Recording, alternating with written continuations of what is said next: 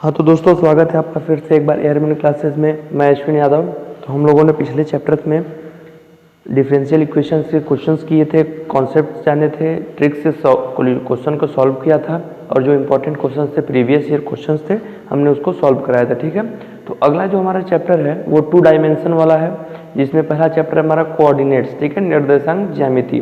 तो पहले आज हम निर्देशांक ज्यामिति पढ़ेंगे। ठीक है, तो वीडियो स्टार्ट करने से पहले अगर आप हमारे वीडियो पे नए हैं तो प्लीज़ हमारे चैनल को लाइक, शेयर एंड सब्सक्राइब जरूर कर दीजिएगा।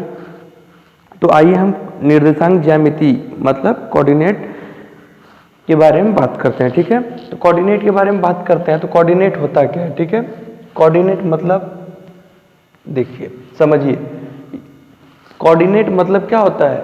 एक एक जो एक्स वाई होता है उसमें कितने निर्देशांक, क्या उसका निर्देश है। जैसे कोई बिंदु है, ये बिंदु है तो उसको निर्देशांक, उसको किस चीज से निर्देशित करेंगे? मान लेते हैं x, y से, तो ये क्या हो गया? ये निर्देशांक हो गया। तो इसे ही कहते हैं निर्देशांक। ठीक है, तो आइए देखते हैं। पहले ये हमारा x एक्सिस है, y एक्सिस है, x डैश y डैश। ठीक है, ये हमारा एक्सिस है। इधर क्या होता है? ये पॉजिटिव होता है, ये निगेटिव होता है।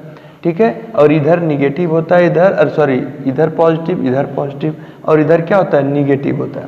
मतलब ये हमारा नॉर्मली हम ऐसे ड्रॉ करते हैं, लेकिन जब एक्सिस को हम ड्रॉ करेंगे तो ऐसे ऐसे बनता है। ठीक है, तो इसमें क्या होता है? हमारा ये हमारा मूल बिंदु होता है। ठीक है, ये मूल बिंदु होता है। ये ऑलवेज क्या होता है? 0,0 होता है। ठीक है, इसमें क्या होता है? प्लस होता है। ठीक, इसमें क्या होता है?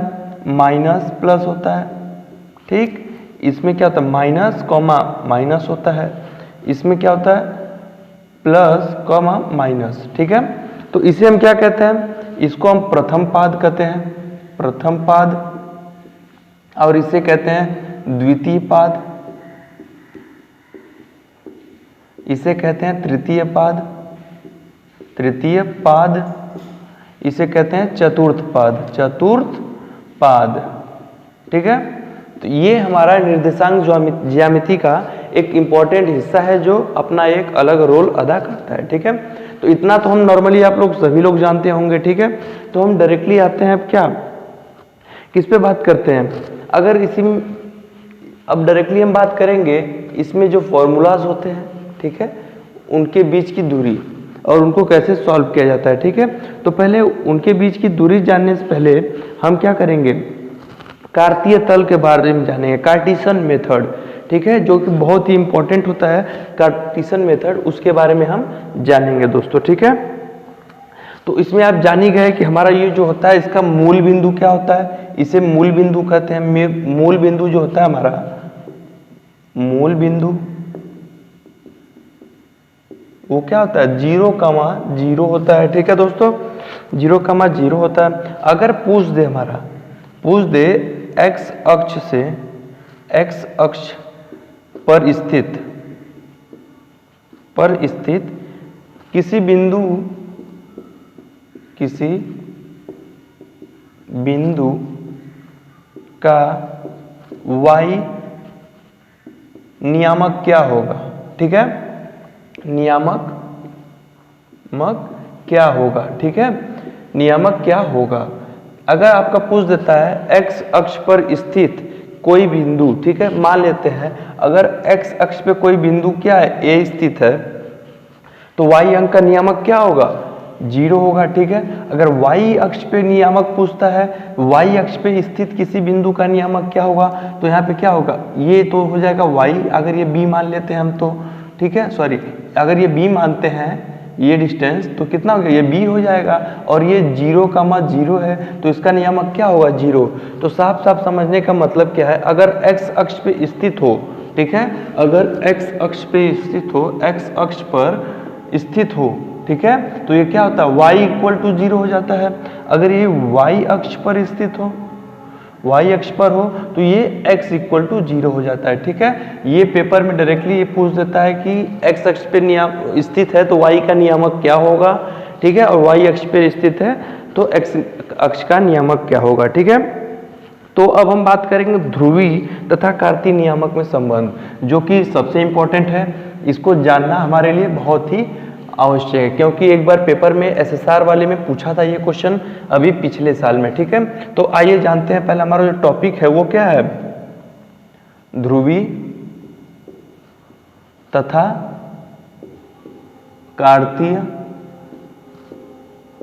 नियामक।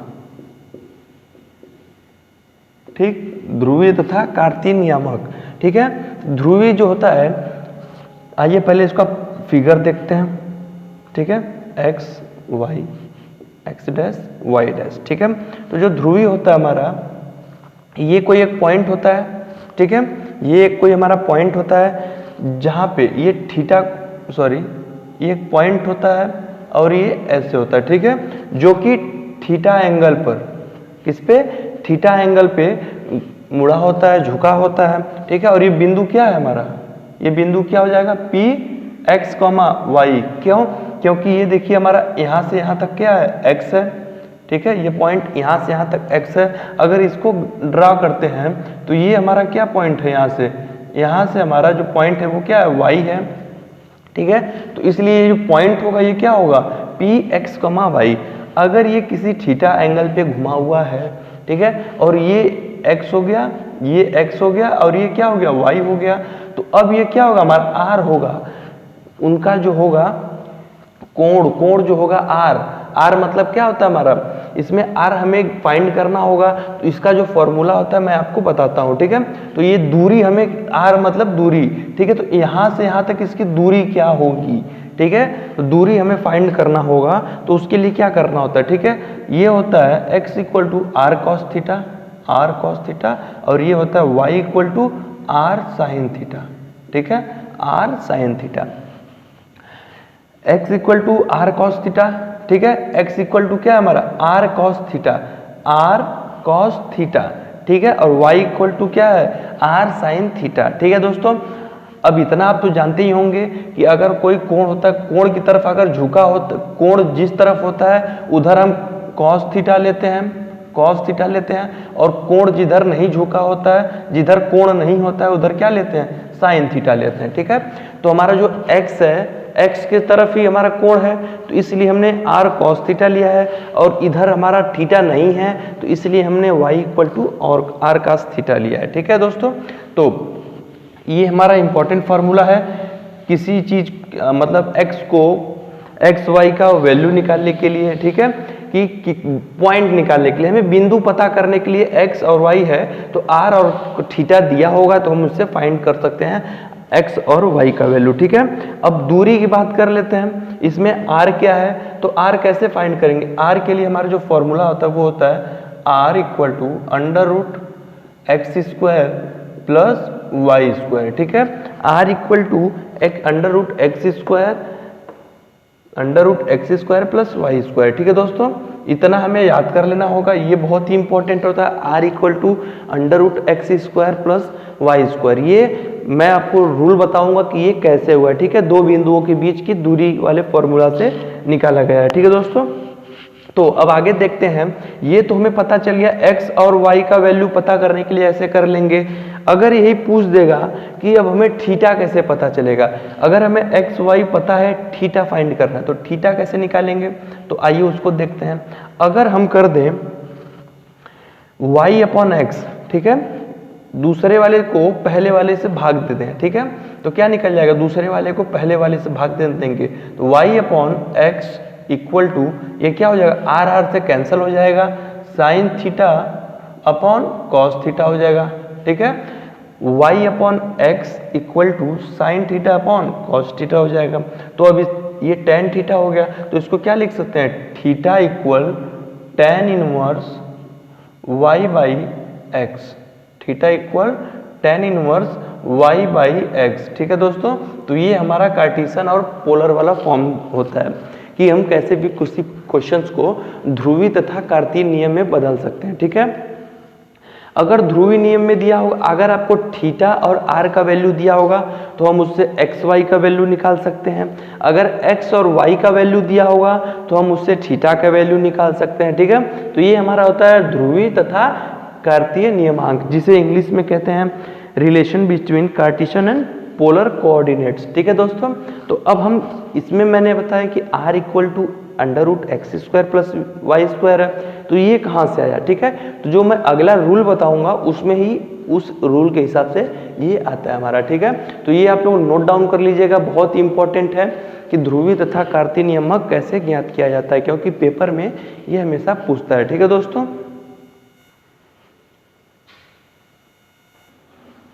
तो हम बात करते हैं दो बिंदुओं के बीच दूरी कैसे हम फाइंड करते हैं। ठीक है, मान लेते हैं कि अगर कोई पॉइंट, पहला पॉइंट जो हमें दिया हुआ है x1, y1 और दूसरा पॉइंट क्या दिया हुआ है q, x2, y2। ठीक है, ये दो पॉइंट्स हमें मिले हैं p x1 y1 और q x2 y2 दिया हुआ है पॉइंट, तो हमें दो बिंदुओं के बीच दूरी कैसे फाइंड करेंगे। ठीक है, तो उसका जो हमारा फॉर्मूला होता है वो होता है r equal to under root x1 minus x2। ठीक है, x1 minus x2 whole square plus y1 minus y2 whole square. ठीक है, हम इसे ऐसे भी लिख सकते हैं या फिर और इसे लिख सकते हैं r equal to under root x2 minus x1 का square plus y2 minus y1 का स्क्वायर। ठीक है दोस्तों, तो हम दूरी चाहे जिस पॉइंट्स को माइनस करके उसका स्क्वायर करके निकाल सकते हैं। तो हमारा दो बिंदुओं के बीच दूरी ऐसे ही फाइंड किया जाता है। अगर मान लेते हैं यही हमारा कोई क्वेश्चन दिया हो कि अगर कोई दो बिंदु, ठीक है, दो बिंदु दिया है, जैसे ए बिंदु दिया है 5,2 और दूसरा बिंदु दिया है 7,4। ठीक है, दे दिया है और पूछ रहा है इनके बीच दूरी बताइए, इन दोनों बिंदुओं के बीच दूरी क्या होगी। तो मैंने फॉर्मूला बताया r equal to under root x1 minus x2, तो x1 minus x2 5 minus 7 square plus y1 minus y2। ठीक है, y1 माइनस y2 का स्क्वायर, तो ये कितना हो जाएगा अंडर रूट 2 का माइनस 2 का स्क्वायर कितना होगा 4 हो जाएगा, प्लस ये भी कितना होगा माइनस 2 का स्क्वायर होगा कितना 4। तो इसको क्या लिख सकते हैं 2 अंडर रूट 2। ठीक है, तो ये हमारा आंसर होगा। ऐसे हम किसी भी बिंदु, कोई भी बिंदु हमें दिया हो उसके बीच दूरी ज्ञात करनी हो तो हम अपना ये वाला फॉर्मूला यूज करेंगे, दो बिंदुओं के बीच दूरी हमें मिल जाएगी। ठीक है दोस्तों, तो अब हम अगले टॉपिक के बारे में बात करने जा रहे हैं कि दो बिंदुओं की दूरी के बाद अब अगला टॉपिक क्या है। तो आगे हमारा जो है वो विभाजन सूत्र है। ठीक है, तो विभाजन सूत्र है, तो उसमें विभाजन सूत्र में भी 3 आता है। पहला मध्य बिंदु, मिड पॉइंट, अगर कोई दो पॉइंट दिया हो जैसे P x1, y1, Q x2, y2। ठीक है, अगर दो पॉइंट दिया है x1, y1 और x2, y2। ठीक है, ध्यान दीजिएगा हम 2 डायमेंशन पढ़ रहे हैं इसलिए हमारे पास दो ही है पॉइंट। ठीक है, एक पॉइंट दो है, भुज और कोटि है। अगर 3D पढ़ते तो इसमें x1, y1, z1 भी होता है। ठीक है, तो ये मध्य बिंदु इसका कैसे निकालेंगे, तो जो मध्य बिंदु निकालने का होता है वो होता है P H, K, मध्य बिंदु H, K को क्या लिख सकते हैं x, y भी लिख सकते हैं। ठीक है, x, y भी लिख सकते हैं या फिर h, नॉर्मली हम P ब्रैकेट H, K से ही रिप्रेजेंट करते हैं। तो अब इसमें क्या करना होता है x1 प्लस x2 अपॉन 2 कर देते हैं। ठीक है, x1 प्लस x2 अपॉन 2, क्योंकि दो ही बिंदु है इसलिए अपॉन 2 करते हैं। अगर 3 बिंदु रहता तो प्लस x3 अपॉन 3 कर देते। ठीक है, तो ये दो बिंदु है इसलिए कर देते हैं ऐसे। फिर comma y1 plus y2 upon 2। ठीक है दोस्तों, x1 plus x2 upon 2, comma y1 plus y2 upon 2, ये हमारा मिड पॉइंट निकलता है जिसे हम मध्य बिंदु बोलते हैं। ठीक है, तो ये क्वेश्चन में नॉर्मली आपको बार बार निकालना होगा मिड पॉइंट, इसलिए आप लोग इसको याद कर लीजिए। ठीक है, तो इस पे अगर नॉर्मली एक क्वेश्चन किया जाए, अगर जैसे कोई क्वेश्चन दिया हुआ है कि 0.8,5 एंड 2,4, ठीक है। दो बिंदु दिया है, इसका मध्य बिंदु ज्ञात करें। तो मध्य बिंदु कैसे ज्ञात होगा? तो मैंने बताया x1 प्लस x2, तो x1 plus x2 8 plus 2/2 comma y1 plus y2, y1 plus y2 5 plus, इसको 6 कर लेते हैं, 5 प्लस 6, ठीक है, सॉरी 5 कर लेते हैं, 5 प्लस 5/2, ठीक है। तो ऐसे अगर कर लेंगे तो हमारा जो मिड पॉइंट वो क्या आएगा हमारा, वो आ जाएगा 8 to 10/2 5, ठीक है, 5,5 आएगा। तो इसको मिड पॉइंट हमारा आ गया, तो इसको ग्राफ पे कैसे रिप्रेजेंट करेंगे, ठीक है, ग्राफ भी देख लेते हैं, ग्राफ पे रिप्रेजेंट कैसे करेंगे। ये हमारा मूल बिंदु 0,0 हो गया, यहाँ पे x में 5 गया है, अरे सॉरी y में 5 गया और x में 5 गया, तो ये कहाँ पे हो जाएंगे, ये हमारा पॉइंट होगा जो 5,5 होगा, ठीक है दोस्तों। तो ये हमने मिड पॉइंट निकालना सीखा है विभाजन सूत्र में। अब विभाजन सूत्र में हम दूसरा देखेंगे कि अंतः विभाजन और बाह्य विभाजन, ठीक है, अंतः विभाजन और बाह्य विभाजन। हमने अभी मिड पॉइंट के बारे में पढ़ा, अब हम अंतः विभाजन के बारे में बात करेंगे, ठीक है। अंतः विभाजन के बारे में बात करेंगे तो उसमें क्या होता है हमारा, ये भी जानना हमें जरूरी है, ठीक है। अगर कोई बिंदु दिया हुआ है, जैसे देखते हैं कोई बिंदु दिया है a x1, y1 and b x2, y2। अगर दो पॉइंट दिया हुआ है, ठीक है, ये दो पॉइंट दिया हुआ है, तो इससे जो बनेगा रेखाखंड, ठीक है, इससे जो रेखाखंड बनेगा, ठीक है, इससे जो रेखाखंड कोई बनेगा वो मान लेते हैं P, ठीक है। जो इससे रेखाखंड P बनेगा उसका अनुपात क्या होता है, हमेशा रेखाखंड P का अनुपात सदैव क्या होता है, m/n होता है, ठीक है। m और n इसका अनुपात होता है जो कि अंतः विभाजित करता है, ठीक है। और विभाजन बिंदु जो होता है P का निर्देशांक होता है। जो विभाजन बिंदु है, विभाजन बिंदु वो किसका है, P का निर्देशांक है, P का निर्देशांक है, ठीक है, P का निर्देशांक होता है। विभाजन बिंदु जो P है वो P का निर्देशांक होता है। m/n में ये दोनों पॉइंट विभाजित एक रेखाखंड काटते हैं, ठीक है, रेखाखंड काटते हैं। तो इसका जो हमारा फॉर्मूला होगा, विभाजन सूत्र जो हमारा होगा उसके बारे में हम देख लेते हैं। विभाजन सूत्र P = m1x2 plus m2n(x1) upon m plus n होता है, ठीक है, m plus n comma m1y2 plus n(y1) upon m plus n, ठीक है। ये हमारा क्या होता है, विभाजन सूत्र होता है। अंतः विभाजन अगर करता है तो m1x2, ठीक है, m1x2 या फिर m ही बोल सकते हैं इसको, ठीक है। ये जो विभाजन बिंदु होता है इसको हम m1 m2 भी कह सकते हैं, m और n के अनुपात में भी विभाजित कर सकते हैं। तो क्या हो गया हमारा mx2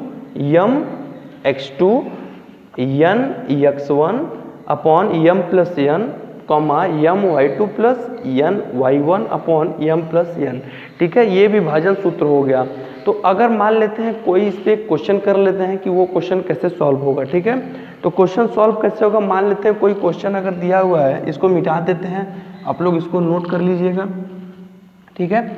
जैसे कोई क्वेश्चन दे दिया है कि कोई पॉइंट है, A पॉइंट है 4,2 और B पॉइंट है 3,2, ठीक है। ये पॉइंट है और जो इसका विभाजन रेखाखंड है वो क्या है, 3/2 के अनुपात में है, ठीक है। तो इसका फॉर्मूला कैसे होगा, ये m है, ये n है, ठीक है दोस्तों। तो जो हमने फॉर्मूला बताया था P = mx2 3 plus nx1 2 × 4 upon M plus N कितना हो गया 3 + 2 कॉमा, तो ये हमारा इतना x का वैल्यू आएगा और ये y का वैल्यू आएगा, ठीक है। तो अब जो था हमारा फॉर्मूला वो था यम y2 प्लस यन का जगह क्या है 2 × 2 अपॉन यम प्लस यन, ठीक है दोस्तों। तो देखते हैं आगे क्या होता है। 9 और 8 कितना हो गया 17/5 17/5, ये क्या है 6 + 4 10/5, ठीक है 10/5, या इसको क्या लिख सकते हैं 17/5, 2, ठीक है। ये इसका हमारा क्या आ गया अंतः विभाजन का हमारा इसका 2 पॉइंट आ गया, किस पॉइंट पे अंतः विभाजित करेगा हमें, ठीक है दोस्तों। तो अंतः विभाजन हम पढ़ लिए, अब हम पढ़ेंगे बाह्य विभाजन, ठीक है। जब कोई भी विभाजित होगा वो अंतः होगा तो बाह्य भी होगा। तो अब हम बात करते हैं बाह्य विभाजन के बारे में। तो आइए देखते हैं बाह्य विभाजन के बारे में। बाह्य विभाजन में क्या होगा, कोई 2 पॉइंट होगा, ठीक है, कोई 2 पॉइंट होगा और उसको बाह्य विभाजित करेगा, क्या करेगा बाह्य विभाजित करेगा, ठीक है। तो इसमें भी जो रेखाखंड होगा वो क्या होगा यम अनुपाते यन होगा, ठीक है। तो ऐसे ही यम अनुपाते यन उसका रेखाखंड जो होगा इतने पे विभाजित करेगा। तो आइए देखते हैं इसका जो फॉर्मूला होगा हमारा सेम पिछले तरह होगा, लेकिन प्लस के जगह माइनस हो जाएगा। क्या हो जाएगा mx1 minus mx2 minus nx1 upon m minus n comma my2 minus ny1 upon m minus n। ये हमारा फॉर्मूला होता है। हमें ये याद कर लेना होगा कि बाह्य विभाजन का जो फॉर्मूला होता है वो क्या होता है, ठीक है, जो बाहर से विभाजित करे और जो अंदर से विभाजित करे। तो बाह्य विभाजन बाहर से जो विभाजित करे और अंतः विभाजन जो अंदर से विभाजित करे, ठीक है दोस्तों। तो हमें हमारा ये सेम फॉर्मूला पिछले तरह है, इसको एक बार आप लोग देख लीजिएगा, आप लोग को समझ में आ जाएगा, ठीक है। सेम पिछले वाले जैसे क्वेश्चन के टाइप पे ये भी लगेगा। तो अब हम आगे वाले फॉर्मूला बात करेंगे और उस पर क्वेश्चंस करेंगे, क्योंकि मैंने सेम ऐसा ही क्वेश्चन पिछले वाले क्वेश्चन में कर दिया था, उसमें प्लस था ये माइनस था, तो वैसे आप लोग कर सकते हैं। तो अगले टॉपिक पे हम बात करेंगे अब नेक्स्ट वीडियो में, क्योंकि वो त्रिभुज का क्षेत्रफल मैं उसको ट्रिक के साथ और कॉन्सेप्ट दोनों के साथ बताऊंगा, ठीक है दोस्तों। तो अब हम मिलते हैं आपको अगले वीडियो में। अगर आप हमारे चैनल पे नए हैं तो प्लीज़ हमारे चैनल को लाइक शेयर एंड सब्सक्राइब जरूर करिएगा, ताकि हमारा बेल नोटिफिकेशन जरूर प्रेस कर दीजिएगा, ताकि हमारा नोटिफिकेशन आपके पास जल्द से जल्द पहुँचे, ठीक है दोस्तों। Thank you.